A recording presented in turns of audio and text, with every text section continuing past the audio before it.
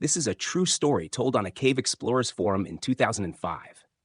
David had always been drawn to the underground world.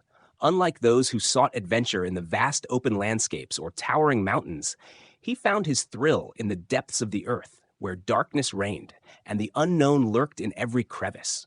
His passion wasn't just about exploration.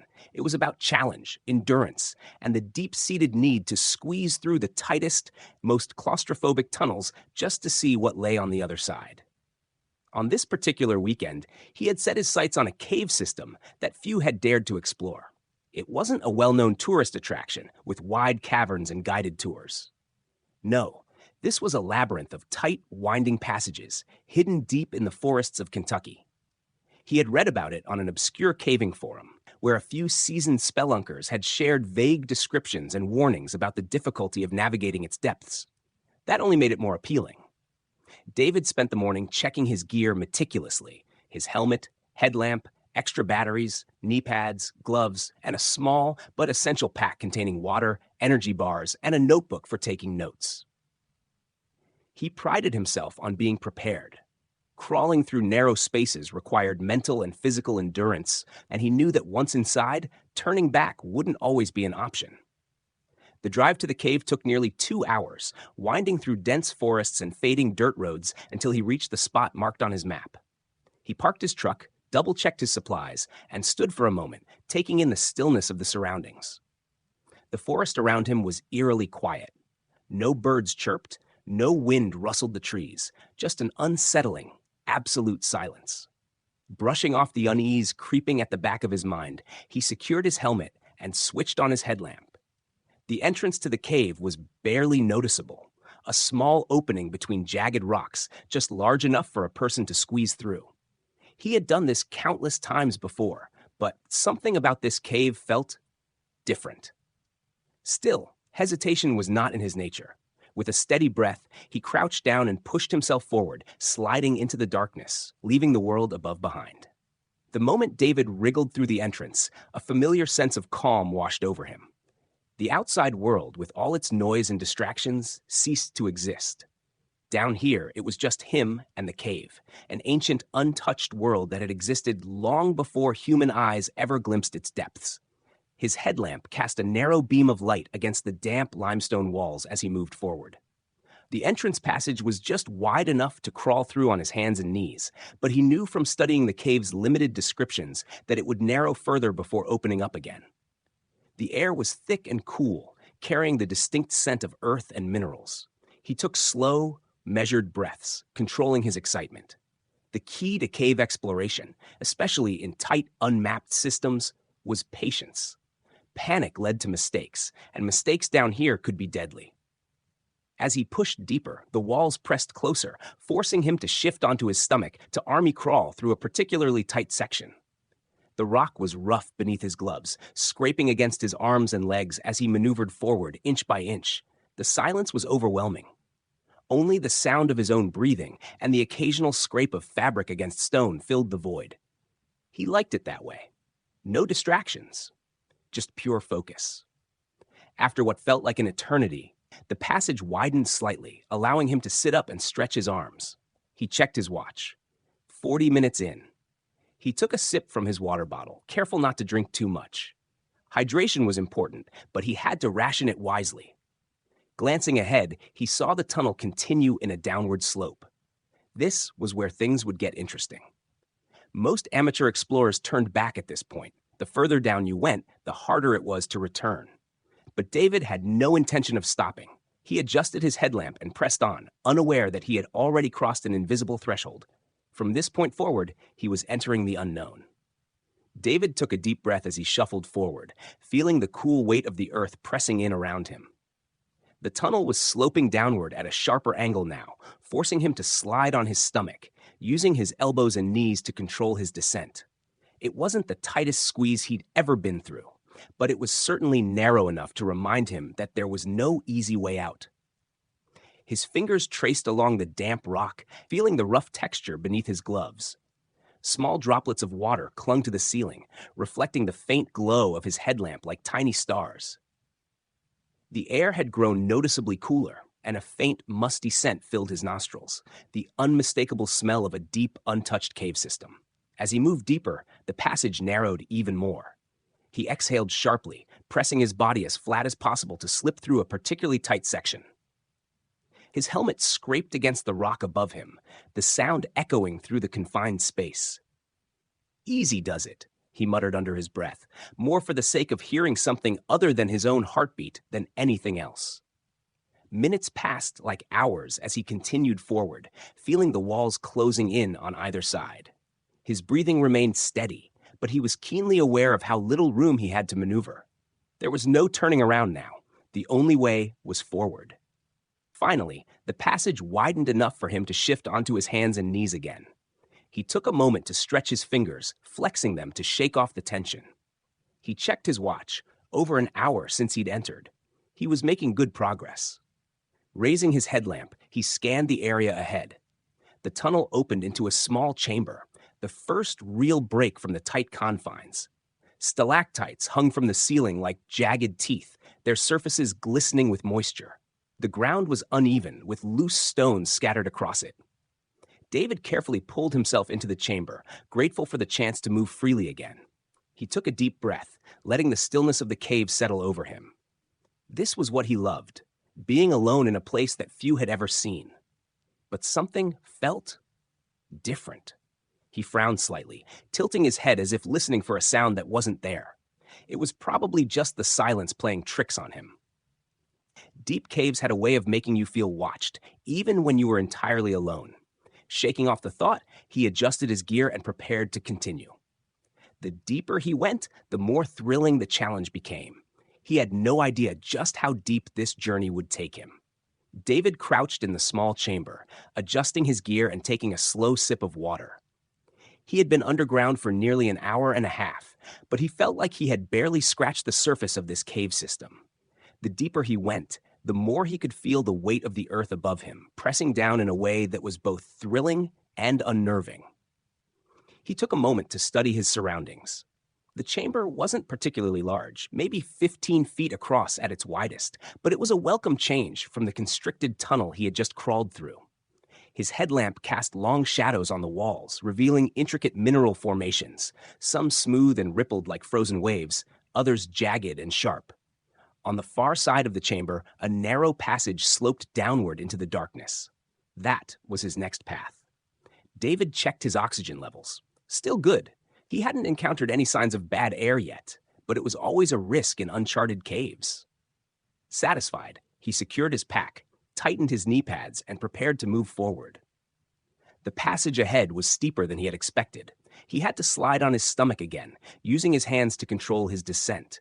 Loose stones shifted beneath him, and he was careful not to knock any debris down ahead. Nothing was more unnerving than hearing rocks tumbling into an abyss you couldn't see. As he slid further, the walls seemed to close in again. He had to twist his body slightly to fit through, exhaling to make himself as small as possible. Just keep moving, slow and steady. His breathing was calm, controlled. He had done this 100 times before. But something about this cave felt different. Then, he noticed it. The temperature had dropped significantly. He paused, pressing his palm against the rock beside him. It was damp and cold, colder than it should be at this depth. He exhaled, watching as his breath misted faintly in the dim light. "That's odd," he murmured to himself. Normally, deeper caves maintained a stable temperature, often warmer due to the insulating rock. But here, it felt almost as if he had stepped into a refrigeration unit. His fingers tightened slightly around the rock. He could turn back if he wanted. He had pushed his limits before, but something about this cold, this unnatural chill, sent a warning through his gut. Still, curiosity gnawed at him. The passage was leading him somewhere, and he had come too far to stop now. With a slow breath, he continued forward. As he moved deeper, a strange sensation crawled over him, like the feeling of being watched. He shook his head. It was just his mind playing tricks on him, the isolation getting to him. And yet, in the silence of the cave, he thought he heard something. Not the usual creaks of shifting rock, not the distant sound of dripping water, something else. A faint whisper of movement. David froze. The cave had just gotten a lot more interesting. David held his breath, His entire body tensed as he listened. The cave was supposed to be silent, yet he could swear he had just heard something. A faint, almost imperceptible sound. It was neither the distant drip of water nor the shifting of loose rocks. No, this was different. It was subtle, like the sound of something moving just beyond his field of vision. His heartbeat quickened. He turned his head slightly, sweeping his headlamp across the narrow passage ahead. The tunnel walls glistened with moisture, the jagged edges casting long, eerie shadows. There was nothing there. Nothing visible, at least. He exhaled slowly, trying to shake off the sudden unease creeping up his spine. It's just your mind playing tricks on you, he told himself. The deeper you go, the more isolated you feel, and the more your brain tries to fill the silence with something. Anything. But the cold still bothered him. The temperature was dropping as he went deeper, and he couldn't explain why. Normally, caves maintained a relatively stable temperature, yet here he was, feeling the chill seep into his skin like he had just stepped into an ice cellar. Shaking off his hesitation, David pressed forward. The passage was getting tighter, forcing him to move carefully, shifting his body sideways as he inched through the narrowing space. His backpack scraped against the walls, sending small echoes through the tunnel. Keep moving. Focus on the path ahead. After what felt like another 10 minutes of slow crawling, the passage finally began to widen. He could sit up slightly now, stretching his cramped limbs. A quick check of his watch told him he had been underground for nearly 2 hours. Then, there it was again. A noise. This time it was clearer. A faint shuffling sound. Not rock crumbling. Not an echo of his own movement. Something else. David's breathing slowed. He aimed his headlamp forward, scanning the tunnel ahead. The light stretched into the darkness, illuminating a stretch of uneven rock, but there was nothing out of the ordinary. Still, he couldn't shake the feeling that he wasn't alone down here. He turned off his headlamp. The darkness was immediate, absolute. He listened, straining his ears. Silence. Then, a sound. Closer this time. A soft, deliberate movement, like something shifting ever so slightly in the darkness ahead. David's stomach tightened. His instincts screamed at him to turn the light back on, but he hesitated. Something about the unknown was both terrifying and exhilarating. He had explored countless caves, had squeezed through the tightest of spaces, had faced the most unnerving depths, but this was different. Flicking his headlamp back on, he aimed it down the tunnel. Nothing. But the cold was deeper now, clinging to his skin, and that feeling, that undeniable, instinctual sensation of being watched, was stronger than ever. Something was down here with him. David adjusted his backpack and pressed forward, forcing himself to ignore the strange cold that had settled in. The tunnel ahead widened slightly, allowing him to move more freely. He exhaled in relief. Crawling through tight spaces for extended periods was exhausting, both physically and mentally. The passage sloped downward now, leading him deeper into the cave system. His headlamp illuminated the uneven ground ahead, revealing a thin layer of moisture on the rock. The air was damp and carried a faint, metallic scent, something he had noticed before in deeper cave systems, though he could never quite place its origin. Reaching into his pocket, he pulled out a small piece of chalk and marked an arrow on the cave wall, pointing back toward the entrance. It was a habit he had developed early in his explorations, ensuring he always had a way to retrace his steps. Further ahead, the tunnel split into 2 separate paths. He paused, considering his options. The left tunnel was narrow but appeared stable, its walls smooth and dry. The right tunnel was wider, but water pooled along the ground, and the rock formations looked jagged and unstable. He crouched and examined the right tunnel more closely. Water dripping from the ceiling suggested an active flow, which meant the tunnel might lead to a deeper chamber. However, it also posed a higher risk of collapse. David made his decision. The left tunnel was the safer option. He carefully maneuvered into the passage, the walls tightening around him once more. The space forced him into a crouch, and after several meters, he had to return to a crawling position. The deeper he went, the more he realized just how isolated he had become. The entrance was far behind him now. Nothing existed outside the beam of his headlamp. The silence was oppressive. Even his own movements seemed muted, swallowed by the vast, unseen depths of the cave. Then, something unusual caught his eye. A patch of rock ahead seemed smoother than the rest, as if it had been worn down in a way that didn't match the surrounding formations. He reached out, running his gloved fingers across the surface. It felt different. Not naturally eroded, but almost polished. That was strange. Frowning, he traced the edge of the smooth rock, but before he could examine it further, his hand slipped. His weight shifted, and suddenly the ground beneath him gave way. David barely had time to react before he was falling. His body tumbled downward, his gear scraping against the rock as he plummeted into darkness. The descent wasn't long, maybe 10 or 15 feet, but he landed hard on his side, the impact knocking the wind out of him. For a moment, he lay still, catching his breath. His headlamp flickered from the impact, but remained on, casting a dim glow across the new chamber he had fallen into. Pushing himself up, he checked for injuries. His ribs ached, but nothing felt broken. His backpack was still intact, though he had lost one of his gloves in the fall. Looking around, he realized he had entered a large, open cavern. The walls stretched high above him, disappearing into darkness. Unlike the tight tunnels he had been crawling through, this space felt vast.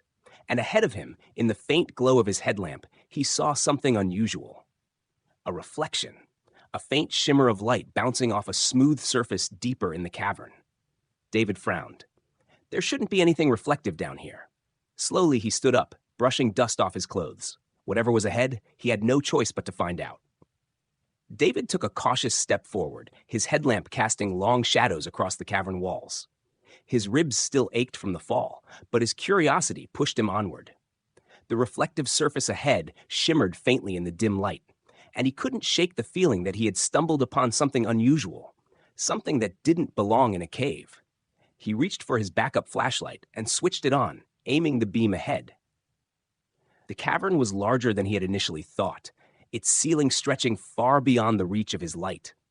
Stalactites hung like jagged teeth, their tips glistening with moisture. The air was thick and heavy, carrying a strange mineral scent that he couldn't quite place. As he moved closer, he realized the reflection wasn't coming from water or a cluster of crystals, as he had first assumed. Instead, it was a smooth, flat surface embedded in the rock wall. His pulse quickened as he reached out and ran his fingertips across it. Cold, perfectly smooth, almost like glass. David had explored many caves, but he had never encountered anything like this. It was too refined, too polished, completely unnatural. He stepped back and shone his flashlight at different angles, trying to determine the extent of the smooth surface. It seemed to form a distinct shape, but part of it was obscured by the surrounding rock. Frowning, he set his pack down and pulled out a small rock hammer. If this was just an unusual mineral deposit, he wanted to take a sample. He raised the hammer and tapped lightly against the smooth surface. A deep, resonant thud echoed through the chamber. David froze. That wasn't the sound of rock being struck. It was hollow. His breath caught in his throat. He hesitated for a moment, then tapped again, harder this time. The same deep, almost metallic sound vibrated through the cave. Adrenaline surged through him. This wasn't natural. It couldn't be. He stepped back, suddenly hyper-aware of the silence around him. The only sounds were his own breathing and the faint drip-drip of water somewhere in the distance. A thought crossed his mind. Had anyone else ever been here before? Was this some long-forgotten remnant of an ancient civilization? A sealed-off chamber? A buried artifact? He reached for his chalk and marked the wall next to the smooth surface. Whatever this was, he wasn't leaving without investigating further. Before he could do anything else, a small rock tumbled from above, hitting the cavern floor near his feet. David's heart skipped a beat. He slowly tilted his head upward, shining his light toward the ceiling. Nothing, just rock formations and shadows. But he suddenly felt uneasy. Taking a deep breath, he turned back to the mysterious surface. He ran his hand across it once more, trying to ignore the creeping sensation in the back of his mind. Then, something happened that made his stomach drop. For the briefest moment, beneath his fingertips, the surface felt warm. David yanked his hand back, his pulse pounding. He stared at the smooth wall, his mind racing for an explanation. He had to be imagining things. Maybe his fingers were just cold from the cave air, making the surface seem warmer than it actually was. Yeah, that had to be it. But as he stood there, staring at the strange, unnatural surface, he couldn't shake the feeling that he had just touched something that wasn't supposed to be here. And worse, something that might know he was here. David took a deep breath, willing himself to stay calm. He wasn't the kind to let fear dictate his actions. He had spent years pushing his limits in the depths of the earth, squeezing through passages most people would never dare to enter. This was no different, but deep down, he knew that was a lie. This was very different. His fingers still tingled from where he had touched the surface. He reached out again, pressing his palm against it firmly, trying to convince himself that the warmth had been his imagination. Cold. Perfectly cold. David exhaled sharply. Maybe he was just on edge. He had been crawling for hours, and the fall had rattled him more than he wanted to admit. He was exhausted, disoriented. His mind was playing tricks on him. Still, there was no denying the fact that this smooth surface, this thing, was completely out of place. He turned his headlamp to its brightest setting and swept the light across the rock face. The smooth surface extended farther than he had first thought, forming a nearly perfect rectangle that was half buried in stone. David traced its edges with his fingers. The corners were unnaturally sharp, unlike anything naturally formed underground. This was no mineral deposit, no oddity of erosion. This was deliberate. A strange mix of excitement and unease filled him. He needed answers. David grabbed his rock hammer again and took a steadying breath before delivering a firm strike to the surface. A low, resonant thud echoed through the chamber, vibrating in his bones. The sound was deeper than before, more distinct. He stepped back, frowning. It was almost as if there was space behind it. His mind raced through possibilities. Could this be an undiscovered cave sealed off by time? Some kind of lost man-made structure? A hidden passage? David's pulse quickened. If there was something on the other side, he had to find out. He worked methodically, chipping away at the surrounding rock. The process was slow, but bit by bit, he cleared more of the smooth surface, revealing more of the mysterious structure. Then, something unexpected happened. With one final strike, the hammer hit the surface at just the right angle, and the wall moved. David stumbled backward, heart hammering in his chest. A deep, mechanical click echoed through the chamber. For a moment, nothing happened. Then, with an eerie slowness, the smooth surface shifted inward, as if responding to his presence. A thin, dark gap appeared before him. David held his breath. It wasn't a rock formation. It wasn't a sealed-off cavern. It was a door. And now it was open. David stood frozen, his breath shallow as he stared at the newly revealed opening. His headlamp cast a pale glow into the gap, but the darkness beyond swallowed the light almost instantly. His mind struggled to process what he was looking at. A hidden door in the depths of an uncharted cave? The rational part of him screamed that this was impossible. Caves weren't supposed to have doors. And yet, here it was. The air that seeped from the gap was different. It lacked the damp, earthy scent of the cave. Instead, it was sterile, unnaturally still. David swallowed hard. Every instinct told him to turn back, to mark the location and come back with a team, but he knew himself too well. There was no way he was leaving without knowing what lay beyond that threshold. He reached forward and pressed his palm against the surface of the door. It was smooth, impossibly so, almost like polished metal, but without the chill. David took a deep breath and pushed. The door gave way with little resistance, sliding further inward without so much as a creak. The darkness ahead seemed impenetrable, an abyss waiting to be explored. He switched his headlamp to its highest setting and leaned forward, peering inside. The space beyond was vast, far larger than any natural chamber he had encountered. The walls, barely visible in the dim glow, were unnervingly smooth, lacking the rugged texture of natural rock. David hesitated for only a moment before stepping inside. The second his foot crossed the threshold, an almost imperceptible hum filled the air. It wasn't a sound, not exactly. It was something he felt, a vibration in his bones, like standing too close to an active power line. His breathing quickened. He turned his headlamp toward the walls, tracing their surfaces. There were no formations, Sal, no mineral deposits, no signs of erosion, just smooth, unbroken surfaces stretching far into the shadows. David moved cautiously, keeping one hand on the wall as he ventured deeper. The passage was unusually straight, too straight. He had spent years navigating winding, unpredictable cave systems, but this was different. This wasn't natural. His footstep echoed, the sound swallowed almost immediately by the oppressive silence. Then, as he swept his light forward, something shifted in the darkness. David's breath hitched. He froze, his muscles tensed, waiting. But there was nothing. The space remained empty, silent. He exhaled slowly, shaking his head. His nerves were getting the best of him. He needed to stay focused. But as he took another step, a faint glow flickered ahead. It was distant, subtle, just the barest suggestion of movement. David's heart pounded. He wasn't alone. David's breath was shallow as he stood in the dimly lit corridor, staring at the distant glow ahead. It wasn't bright, just a faint shimmer in the deep darkness, but it was unmistakably there. His instincts screamed at him to turn back. He had explored countless caves, but nothing like this. Natural caves were unpredictable, chaotic, filled with rough walls and winding passages. But this place, it was too precise, too structured. It felt like he had stepped into something designed. The air remained unnervingly still. His own breathing and the faint hum in the walls were the only sounds he could perceive. He forced himself forward, one cautious step at a time. The tunnel stretched ahead, perfectly straight, and the glow seemed to pulse ever so slightly, like a distant ember struggling against the dark. David ran his hand along the wall as he walked. The surface was unlike anything he had ever encountered in a cave, smooth, almost polished. There were no cracks, no signs of erosion. It was as if the entire passage had been carved by something far more precise than nature. The glow ahead remained steady as he drew closer, illuminating the edges of a vast chamber just beyond his reach. He stepped forward, his boots scraping against the floor.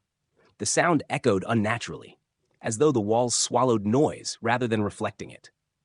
David hesitated at the entrance of the chamber. His headlamp cut through the darkness, revealing a vast, open space, and then he saw them. At first, he thought they were statues, human figures, standing eerily still in the center of the chamber. They were positioned in a loose formation, all facing outward as if keeping watch. David's chest tightened. He took another step, his light sweeping over them. They were not statues. They were people, or at least they looked like people. Their faces were eerily uniform, their features too perfect, too symmetrical. Short, neatly cropped hair, smooth, flawless skin. Eyes that seemed almost too large. David's fingers curled into a fist as a cold wave of dread settled over him. He wasn't supposed to be here, and they knew it. One of the figures turned its head toward him. No sound, no movement from the others, just the slow, deliberate motion of a single head turning to meet his gaze. David's body locked up, every muscle screamed at him to run. But before he could react, something else happened. A voice, clear, calm, and completely unnatural, spoke directly into his mind. "Why have you come here?" David's body tensed as the words formed in his mind, clear as if someone had spoken them aloud, yet his ears had heard nothing. His headlamp trembled in his grasp as he shone it over the motionless figures. None of them had moved, except for the one that had turned toward him. "Why have you come here?" The voice echoed again, not from the cave, but inside his head. It wasn't deep or mechanical, nor did it carry any human warmth. It was neutral, detached, as if spoken without emotion. David opened his mouth, but his throat was dry. "Who?" His voice came out hoarse. "Who are you?" No answer. The figure that had turned toward him took a step forward, its movements eerily smooth, almost too controlled. David took an instinctive step back. His boots scuffed against the stone floor, but the sound felt swallowed by the space around him. The others remained still, as if frozen in time. "You do not belong here." The words pressed into his mind again, but this time, David felt something else, a presence. It wasn't like hearing a voice. It was as if something was touching his thoughts, skimming through them like fingers sifting through pages of a book. Panic surged through him. He clenched his jaw, forcing himself to think clearly. He exhaled sharply. "I got lost. I was exploring. That's all." The figure tilted its head slightly, as if considering his response. Then, slowly, it raised a hand and pointed toward the tunnel behind him. "Go back." David's pulse pounded in his ears. He glanced behind him at the dark passage, the way he had come, the only way out. His instincts screamed for him to listen, to turn and leave. But something kept him rooted in place. Curiosity? Stubbornness? He wasn't sure. David swallowed. "What is this place?" The figure didn't respond immediately. Then, without moving its mouth, the voice returned. "A place you were not meant to find." David's fingers tightened around his headlamp. The glow in the chamber pulsed faintly, illuminating the smooth stone beneath his feet. He could feel it now, subtle vibrations under his boots, as if the very ground was alive. His mind raced. Who were they? What were they doing here? And more importantly, how were they speaking into his thoughts? David steadied his breath. He had to be careful. He had already seen too much. And he had the unsettling feeling that they weren't going to let him leave so easily. David's grip on his headlamp tightened as he stared at the figure standing before him. The others remained still, their identical features eerily frozen in place. Go back. The command echoed in his mind again, firmer this time. But instead of obeying, David took a slow, deliberate step forward. His boots made no sound on the smooth stone floor. I don't understand, he said, his voice low, almost a whisper. What is this place? Who are you? The figure didn't immediately respond. The silence stretched between them, heavy and suffocating. Then, without moving its lips, the voice returned. You do not belong here. David clenched his jaw. You already said that. The figure tilted its head, as if examining him more closely. For a moment, David felt something strange, like an invisible force brushing against his thoughts. A probing sensation, not painful, but unsettling. He squeezed his eyes shut, shaking his head as if to push it away. Stop that, he snapped, his voice echoing in the cavern. The presence receded, but only slightly. You are afraid. David let out a shaky breath. Of course I'm afraid. I'm in a place I shouldn't be, talking to something that shouldn't exist. The figure remained motionless. You were not meant to find us. David swallowed. Then why are you here? What are you doing? This time, the response was different. Studying. A chill ran down David's spine. Studying what? No answer. David's eyes darted around the chamber. He had been so focused on the strange beings that he hadn't truly looked at the space itself. Now, as he let his headlamp sweep across the walls, he noticed something odd. The stone was too smooth, unnaturally so. The chamber itself was too perfectly shaped, as if carved with purpose. There were no jagged edges, no signs of natural erosion. It wasn't just a cave. It was a structure. David turned back to the figure. You built this place, didn't you? The being remained silent. David took another step forward. You said you're studying. Studying what? The cave? The rock formations? A pause. Then the voice in his mind shifted, carrying an edge that hadn't been there before. The planet. David's breath caught in his throat. Not the cave, not the rock, the entire planet. His pulse pounded as a terrifying thought crept into his mind. If they were studying Earth, had they been here before? For how long? And most importantly, what exactly were they looking for? David's hands were trembling. He clenched them into fists, forcing himself to steady his breathing. The figure in front of him remained still, its expression unreadable. The others, standing just beyond the portal, were like statues, watching but not interfering. The planet? David repeated, his voice barely above a whisper. Yes. The simplicity of the answer made it even more unsettling. David licked his dry lips. Why? The figure tilted its head slightly. The sensation returned, like an invisible thread brushing against his thoughts. David tensed, but didn't recoil this time. Because we must. That wasn't an answer. David's eyes darted around the massive chamber again. It wasn't just smooth, it was precise, symmetrical. This was no natural formation. These beings had carved this place deep within the earth, hidden away where no human should have found them. You were not meant to see us. The voice in his head continued. That is why you must go back. David felt a strange mix of fear and defiance. Something inside him, the same thing that had pushed him to crawl through narrow tunnels and risk getting stuck, refused to back down. You're studying the planet, he said slowly. What does that mean? Its geology? Its atmosphere? A pause. All of it. A shiver ran through him. David turned his gaze back to the figures standing near the portal. Though their faces were unnervingly similar, their body language varied just slightly. Some stood with arms crossed, others had their hands at their sides. He had a sudden realization. They were individuals, different beings. How long have you been here? Another pause. Long enough. David exhaled sharply, frustration growing alongside his fear. They were avoiding his questions, or perhaps giving him answers that were meant to confuse rather than clarify. Are you from another planet? He asked, though he already knew the answer. Yes. He swallowed hard. So why do you look human? The figure shifted slightly, and for the first time, David thought he saw something resembling emotion flicker across its otherwise perfect face. This is not our true form. It is necessary for survival. David frowned. Survival? You mean Earth's environment is dangerous to you? Your world is filled with organisms too primitive to recognize us, but deadly to our kind. A creeping unease settled over him. So you disguise yourselves, he muttered, to blend in. To survive. David took a step back, running a hand through his damp hair. His heart was racing, his mind working overtime. He had spent years exploring places most people would never dare to go, but nothing had prepared him for this. Why are you telling me this? He asked, his voice quieter now. The figure's expression didn't change. Because it does not matter. David's stomach twisted. You will leave this place, and in time, you will forget. The words sent a bolt of fear through him. Not just because of what they meant, but because of how certain they sounded. He shook his head. No, I won't forget. I've seen too much.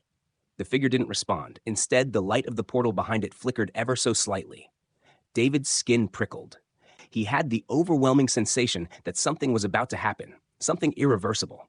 His instincts screamed at him to run, but he wasn't sure if he still had the choice. The end of part 1.